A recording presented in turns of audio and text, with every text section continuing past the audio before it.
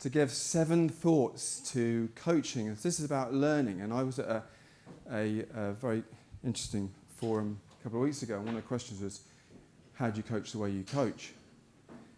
And I didn't answer it initially the way I wanted to answer it, but I coach because I understand how people learn. And I'm very aware that you come from lunch, and maybe that what you'll take away from this presentation is that emotional experience that you attach to the joke. Okay, because that's how we kind of retain information. We have a good emotional experience, and we remember it, and we retain it. So I've got 7 things for you to think about, and we are going to be doing some activities in here, because it's post-lunch. So The Magnificent Seven, which is a film from my era. So I have 7 things for you to think about. The first one is, that when we're coaching, are we creating an emotional experience? What's a positive emotional experience feel like? So I told you 3 very, very bad jokes. 2 fish in a tank, one to the other, how do you drive this thing?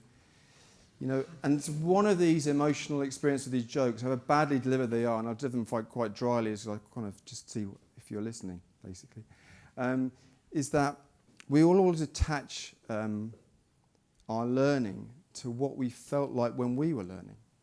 So when we're coaching, what does it feel like to be in your sessions? And there was a gentleman in Owen's talk, and he said, what are you doing? I said, I'm doing it at 1 o'clock. He said, well, what's the presentation going to be like?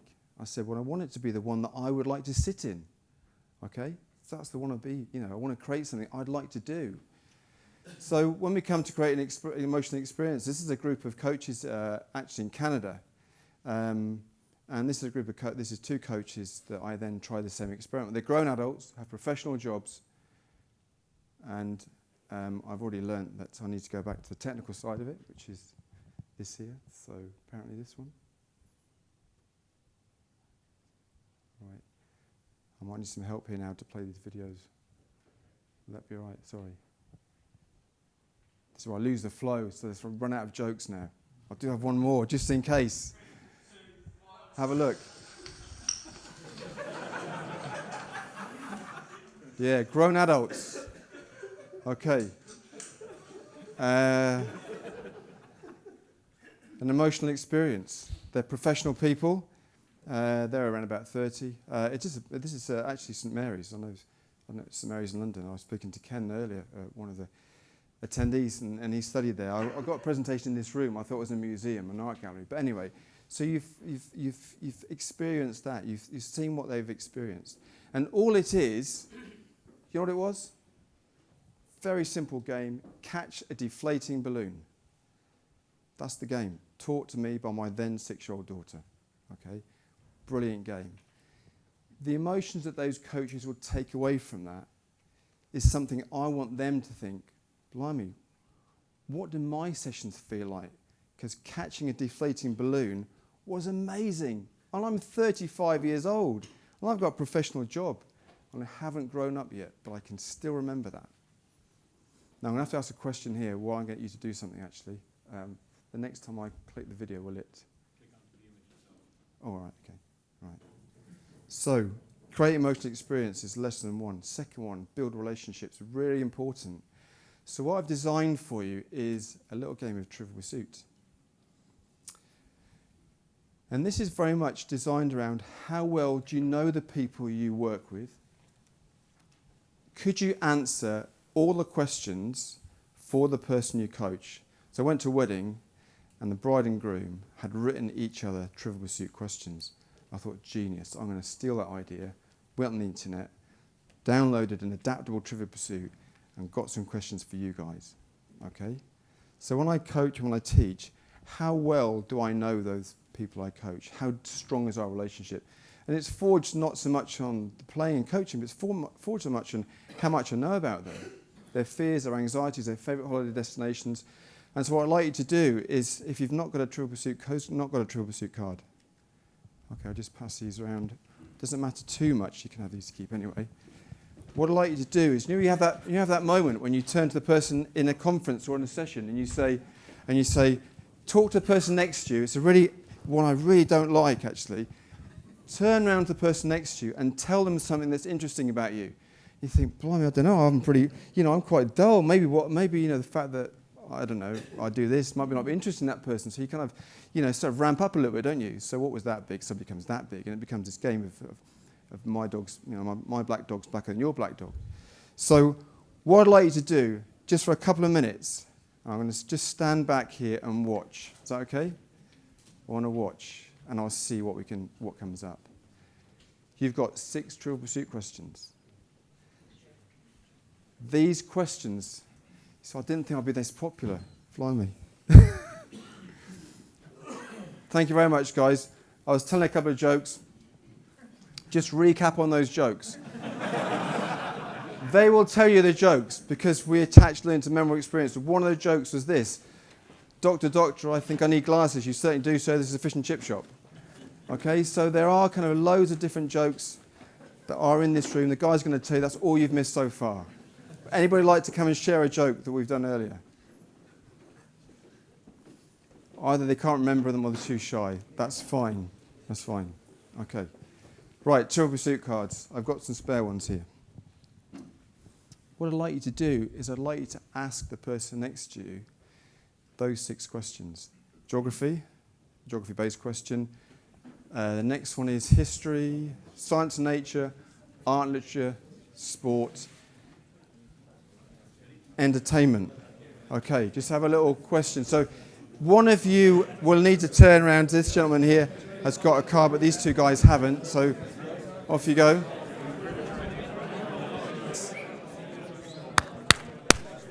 Right. Can I just say, this is absolutely brilliant. It's absolutely brilliant. I am really excited. And do you know why I'm excited? Sorry? Nothing to do with my jokes. What I'm excited about is a little video I've taken of you just now. And when I had this little phrase that was taught to me about coaching children, we had a great time until the coach came along. Have you heard that? Okay. And we're messing about and we're talking and we're not really answering questions. It doesn't really matter, does it, what questions you ask? The fact is there's a lovely energy in this room where everybody's talking to one another. In some way, they're wanting to go and see Coldplay. They've invented something called a cop-on. Is that right, cop-on? I've no idea what it is, but it sounds brilliant. If I was in Dragon's Den, the passion you said to me, it's going to be a cop-on, I'd give you the money tomorrow. Okay. Somebody in this room also likes Kylie Minogue. Okay. So, my mouse mat at work, true story, I'll take a photograph and send it to Owen, who I know, is Kylie Minogue. Okay. My nieces, when they were 4, gave it to Uncle Richard. I haven't the heart to throw it away or grow out of that. And what I've videoed here is a wonderful start of relationship building. I don't know if you felt that, but I kind of felt, wow. And when I said we're having a great time and the coach came along, and it's lovely to have to stop you to say, look, well, stop, is because I've given an activity where you can build relationships and where you can keep that energy going. So if I walk into a room and the kids are doing all this, I want them to say, Rich, we've got a great idea. We've got this brilliant game, human table tennis. Show me, what is it? Okay, let's play it. Rather than stop, okay, right, now we're going to start proper coaching. It's about harnessing that. And if you look at learning, I know Stuart Lancaster was here last year and spoke about the connections. And I worked with Stuart 10 years ago in his first role with England Saxons. And I went on tour with the England team with him. It's so true. Now, did anybody have anything in common with anybody in this room when they spoke to each other? What was it? Anything in common? It was role model, kitty hitter. Okay, same role model. Brilliant. Any other similarities or things that you think, oh, that's interesting? The question is going to get harder, by the way. Yeah, we couldn't invent anything. You couldn't invent anything. You couldn't invent anything yet. Is there anything we need? I don't know. But yeah. Okay. So let me show you this little video. It probably won't work. Fortunately, I've got the 4th emergency service here. So if I put that in the middle and click it.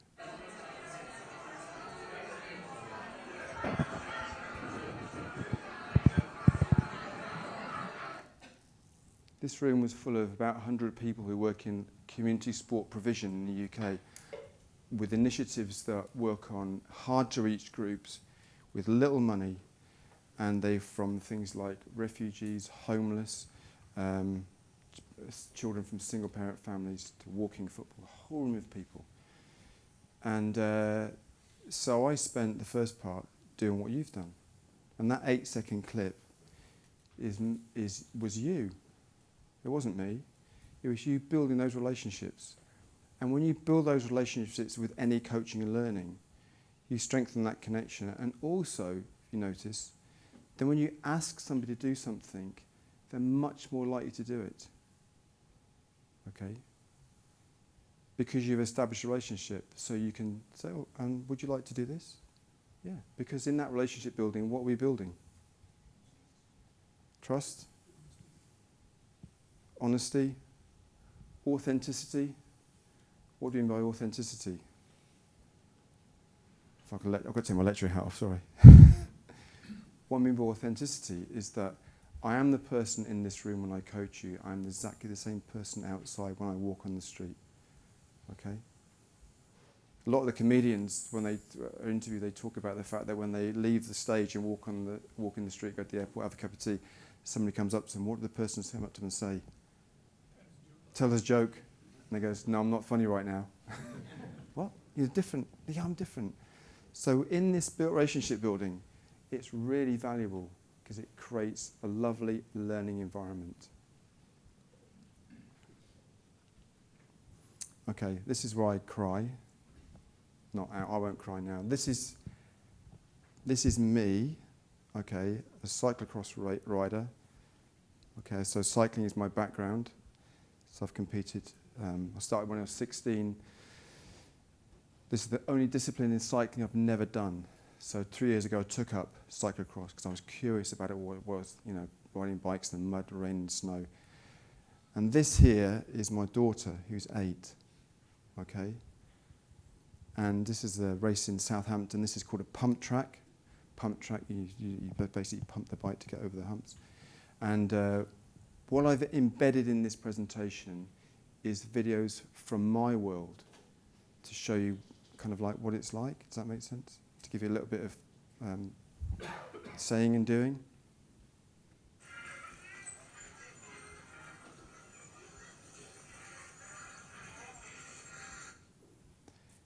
We build relationships not only on, hey, I didn't know that. We build relationships on those shared experiences. Has anybody, give you an example here. Has anybody been in a party to a conversation where 2 people are talking about the night before, they had a great time drinking beer and you weren't there? Has anybody been there? What's it like? Not funny, is it? What's it, sorry? If excluded. And then they said, yeah, and then what we did was we put this traffic cone on our head, the Superman cape, right, and we ran to the chip shop. And they're laughing, you're going, boring. But those 2 people have knitted together a wonderful shared experience. So when we coach, those shared experiences are me and my daughter, you and your athletes, your participants. It's going beyond the sideline and getting over the sideline and doing those things together. Okay? Just from my sort of experience of things that I have learnt about learning. We'll do one more, and I know you've had lunch, and I haven't got any more jokes left at the moment. So, okay, anybody notice anything?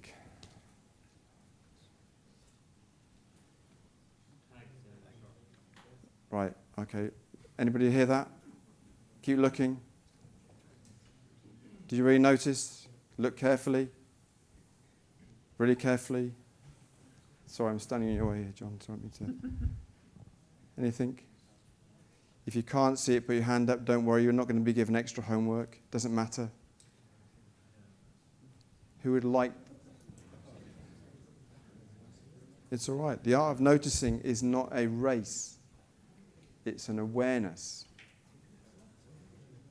I come back from town and I always say to my partner, what do you know? She says, I don't know anything. I've been to hairdressers. Okay, I'm going to get my own back on years of actually not noticing that she's been to hairdressers. Mine is no different each time I go, but to me it's different. What do you notice? Hopefully. See that? Okay. Yeah.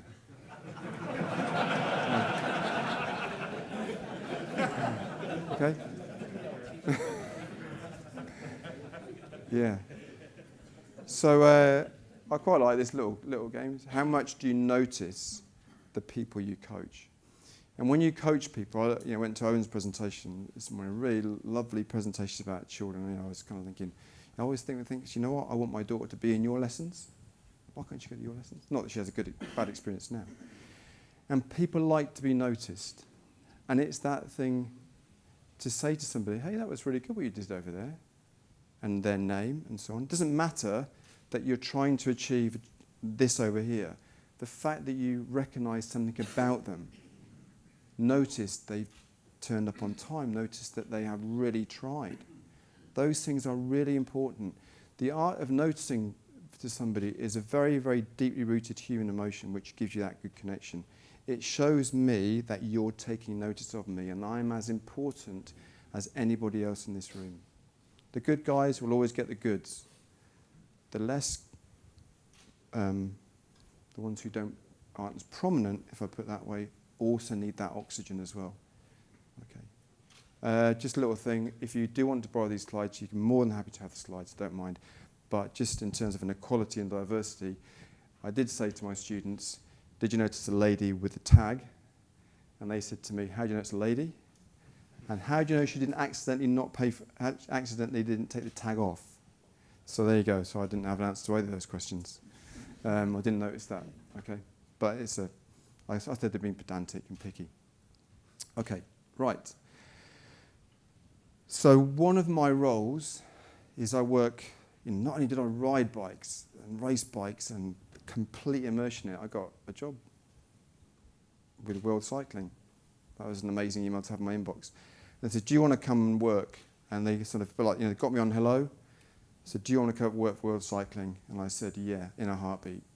So I coach coaches from around the world and teach them about learning and about coaching. So these are a group of coaches from around the world and various different countries, a whole variety. And this is a guy from Eritrea who I made coach the coaches yoga. I wanted him to teach them yoga. And he was kind of a bit skeptical. And I said, no, not in the classroom. I'm going to take you into the track centre. So I just want to see if you notice something that happened here. Because we're all noticing, right? We've noticed a shoplifter.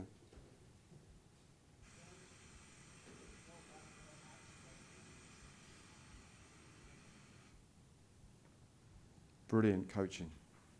What did anybody notice? No one looking. That's it. So they were so engaged. And that was only a snapshot, 6 seconds. Okay, I mean, I could have done a bit longer, but you get the point. And interestingly, I said to them, and it isn't in here, there's a guy called Craig McLean, and he won an Olympic gold medal in track cycling, and he's out there now. And he's in the background, it's a true story, he's in the background on a unicycle. I'm going, that's Craig McLean, world champion, track sprinter, it's like that. Okay, built like a shed. Okay, and he was just messing about on a unicycle.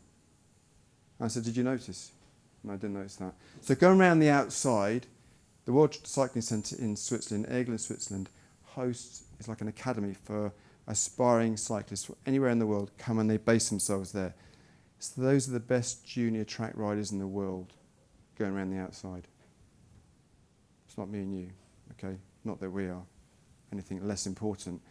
But these guys do it for a living and round the outsides in the elite cycling group doing laps with an ex-world champion on a unicycle. Okay. And so engaged were they in what they were being taught that not one of them noticed either of those things. That's great coaching. That's a great learning environment, isn't it?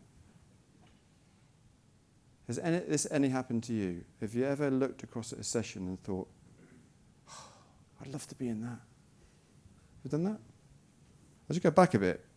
I'm not, it's a bit like, right. I went to Canada a couple of years ago, did a presentation at that coaching conference. I deliberately left the doors open, a bit like a bakery or a coffee shop. And there were 4 presentations at the same time, a bit like mine. And I obviously wanted everybody to come to mine. I was thinking, well, maybe they won't. Maybe they will. So I left the doors open, and I got people to start blowing balloons up. Okay? You know what happened? I had loads of people. Okay? I mean, it was a bit, and this guy from the presentation next door came and said, what's going on in here? I said, we're just having a good time. But what I wanted to try and do is create an environment where people are so engaged, so drawn to it, because we're drawn to things that is engaging, aren't we? Okay? Has anybody left a James Bond film halfway through?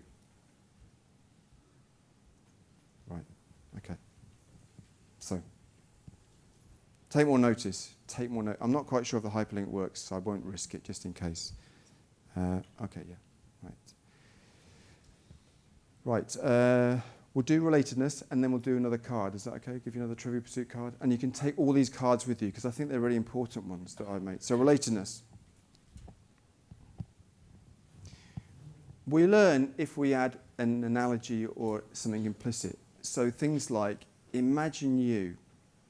Imagine you. Oh, yeah. So with children, imagine you are. Oh, yeah, I get it. I can relate that to my world.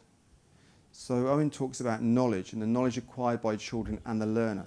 So we learn best when we relate it to something. Okay? Oh, yeah, I remember that. Okay? So relatedness is about how is our coaching related to the language of their world, and also to what we're going to do. So I came in here, I can't remember what he said now.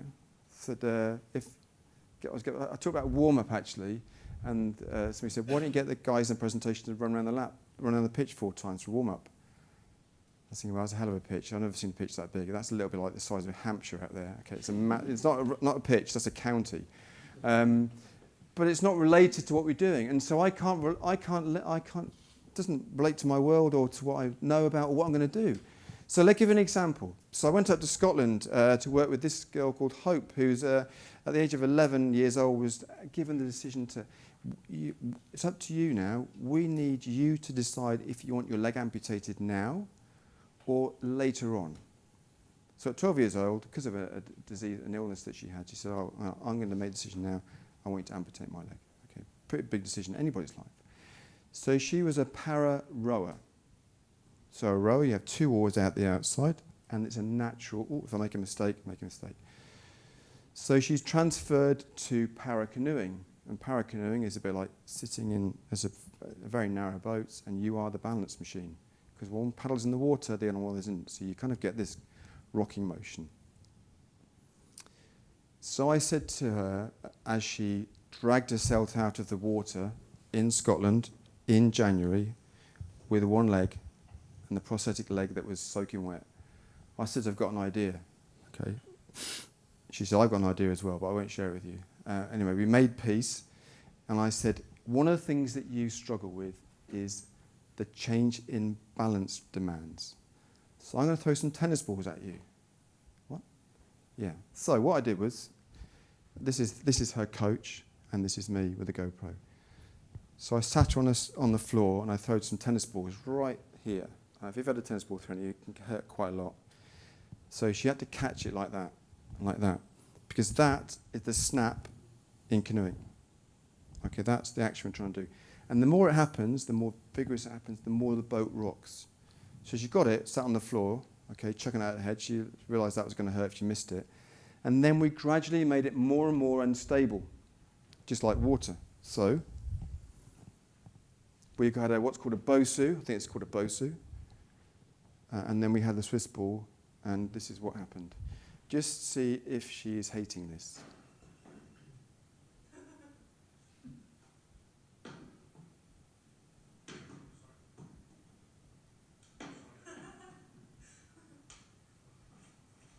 Okay? So it's pretty good. She's going to, look, I'm not taking any credit for this. I like the end of the story. She's going to Tokyo Paralympics now. Not down to me. So when you design sessions, what do I want to do? Is there a link between what they know and what the game demands? Is there a real connection? Is there a real connection? Oh yeah, I understand. That might happen. That could happen, so I need to do it. Now, What I've got is some more cards. How are we doing for time? Sorry. 10 minutes. You can take them at the end. Take them at the end. So I want you to do a little exercise in a minute. That's all right. Are there any questions at all? Okay. Stretch. So we're now going to stretch. You hear the words challenge, resilience. I like the word stretch. So stretch is, stretch allows you to individualize the person's next stage. So I'm going to stretch everybody in this room right now based upon your individual level of ability. Happy with that? Not happy, are you? Yeah, okay. That's all right. Okay. You're not quite sure what's coming. All right. We all do it, so it's fine, all right? We all do it together, okay? So I've got a few traffic cones outside. No. So stretch is this. Okay. This is a session I did with some teachers in Colford School in Suffolk. I've never seen it done before. They stretched themselves. I had the idea, and they chose the progressions based upon their level of success. Oh, let's do 1, let's do 2, let's do 3. So this is them stretching themselves. And because they're coaches, they experience the stretch. They know what their athletes will face.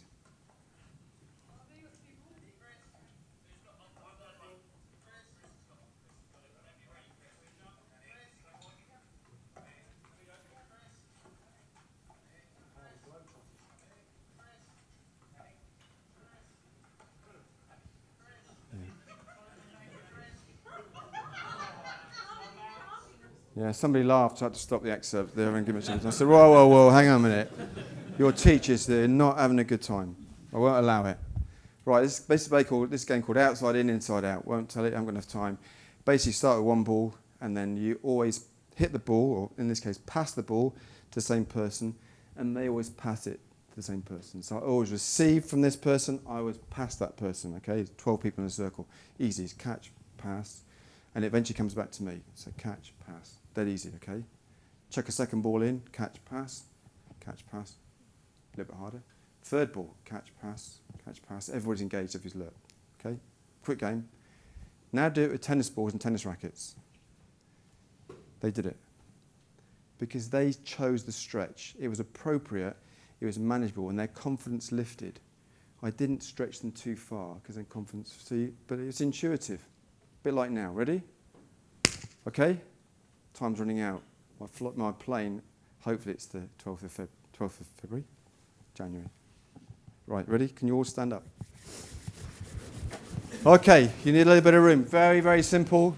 Very bad coaching on my point. So what I'll do is I'll show you. I'm going to choose a chair that no one sat on. Sorry, John, is there? I'll borrow this chair. I'll borrow this one. Sorry about that. Right, I'm going to demonstrate, because good coaching is good demonstration, good modelling. So health and safety is fine. What I want you to do is, when you lose your hair, don't go to the next change rooms, because they make you look pale and even balder than you are. So don't shop in next anymore. A bit like that light. What I want you to do is very simply, in your own time, it's dead easy. I want you to undo the laces of one of your shoes this way. So you bend the other leg like that. Oh, okay. And you go down like this, dead easy. You can have a conversation, Kylie Minogue, that's my dream gig. My favourite destination in the world is New Zealand. My sporting role model is Paul Sherwin. Get the idea? And then you change legs and do the other side.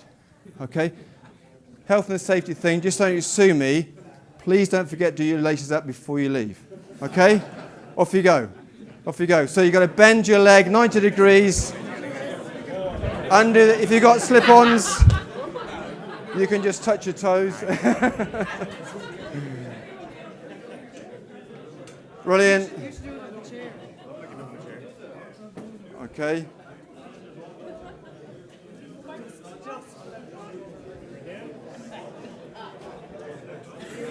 Well, yeah, see what you got. You got to do that. You see, like that, and then that. That's all right. Okay. Have a seat.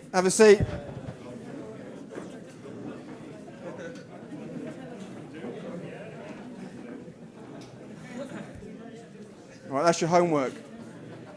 Okay, that is your homework. Now, your homework, I mean, it's, I never know whether I should make a dash to the airport after this or should just, happily receive questions. But we couldn't have done that if we hadn't done the bits before. Okay? We couldn't have done those questions. We couldn't have done that LACE exercise. My belief is if we hadn't built that relationship, had that kind of environment that is receptive to you doing that. It's a fairly random exercise. The aim is to do this, as you know. I'll do it on the chair, but I can do it here. It's 90 degrees with your leg, little lateral movement, go down, have a conversation, undo your shoelaces, come back up, same side that way, undo your shoelaces and come back. Obviously, that's a perfect model of how to do it. But what you'd have got from there is your understanding of your own limitations. You may have found this.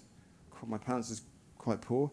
Really good on my right leg, not good on my left leg. My technique was a little bit late. I cheated a little bit, so I lowered that leg and I did this and that.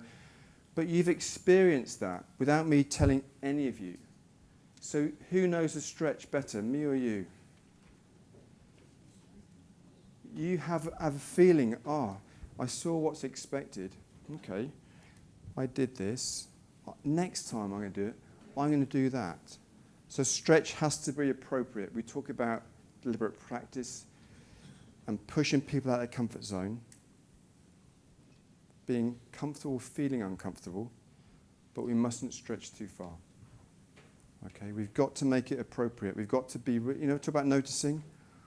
What did I notice? What did I notice about myself? I think you could do that. So here's an example. I teach a module on the physiotherapy degree at the university because dealing with people is coaching. So we've embedded a professional practice model called coaching. I taught them to juggle. And one of the physios says, I said, how are you getting on? Everybody's juggling. I said, how are you getting on? She goes, I'm not even 0 out of 10. I said, okay. What's going to get you to 1? And this kind of light came on because she felt the stretch was manageable. It was appropriate for her. I hadn't said 10, I'd said 1. So, Winston Churchill in the corner, 2 minutes. Okay, very, very quick. Sorry, thank you very much, I appreciate it. Okay, so very interesting story. I'll tell you why I stretch. 2 minutes, very quick story. Appropriateness. So working rehab, an elderly lady who'd broken her hip wasn't doing her exercises. So the conversation went like this. Based upon that 0 out of 10, 1 out of 10, how are you getting on? How's the operation? Really good. Baby's really looking after me. And they want the bed. What's the best thing you are looking forward to about going home? My cup of tea in my own mug. The next door neighbour's grandchildren when they come down, because they are so lovely, they come round and see if I want anything from the shops. And also, I can sit in my own armchair. Brilliant. Okay, 3 things that she wants to do. How's your rehab going on? Well, it's a bit slow. Okay. So I know what the end goal is for her. Her stretch was, do you get to that door tomorrow? I've sown the seed of a stretch that's appropriate for her, that she can relate to and that she can work towards. Okay, and it's just like coaching. How do you manage that conversation?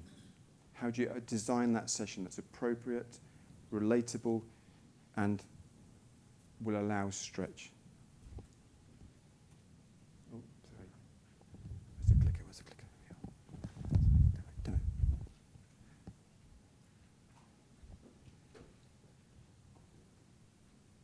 Right, I have to have some help. Okay, recognise effort. Very important. Celebrate effort. Everyone in this room I would celebrate effort in this room because you've stood up in front of, complete bunch of strangers and undone your shoelaces on one leg. I think that's pretty cool. Seriously, I know it's very simple, but actually, it doesn't matter that you did it. What matters to me is that in this room, there are people who know each other, don't know each other. I don't know anybody in this room apart from Owen, okay, and John. There's 2 people in this room I know. But you all did really well because you just did something out of your comfort zone. with normal clothes on in a squeezed space alongside people who can probably do it. That's great effort. I'm not being condescending, but that's the kind of language you need to have with who you coach. Recognise the effort they put in. So I set a map of Britain as a jigsaw for my students. I said, do you want some help? And they said this. Why do you not want support? A bigger sense of achievement when we complete the task. We want to do it. Okay? Off you go. And this last one here, is about learning and learning environments. I'll give you one final example before I finish. And this is a message for me about coaching. So there's two things before I go. If you want some Trivial Pursuit cards that I've made that are for coaches, you can take them, and for children. What 3 things do you like about your coach? What one thing would make your practice sessions better? You can take them. They might just sort of provoke a bit of thought. So you can have those at the end. So we have a greyhound. Okay, so I go take the dog for a quick walk, and take my daughter for a walk. She says to me, Dad, I want McDonald's. So I said, dogs can't go to McDonald's. Dogs only go to McDonald's in the meat, not in the actual thing. She went, really? I said, yeah, really. Oh, no, not really. Anyway, so I stood outside with the greyhound. I gave my card. She's 8 years old. And she walked up through, and I watched through the window, and she tapped in, Fanta cheeseburger, plain cheeseburger, Fanta fries, medium fries, £3.7. Taps it in, hits my card, goes and gets the food, comes out. Okay? What did I learn? Don't ever leave her. I can handle £3.7. Yeah.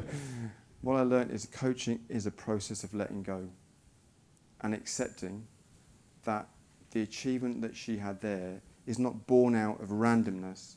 It's born out of the steps that you are taking all your athletes and players along the way. Okay? Because she's only done that because she's confident in knowing that I'm there if she needs me. And I've given an environment to her that has allowed her to say, yeah, that's fine, I'm just going to go and do that. And if I struggle, I'll come back. But just let me do it on my own. Okay? And so I celebrate what I learned that day at McDonald's. Coaching is a process of letting go. The learning has been great, and there she is now. Okay? Thank you for this. Is a wonderful experience for me being here. I was told it would blow my mind, this, and it has completely. The interest. Thank you very much for the very bad jokes and humouring me. Thank you for your conversations, and thank you for doing your shoelaces up.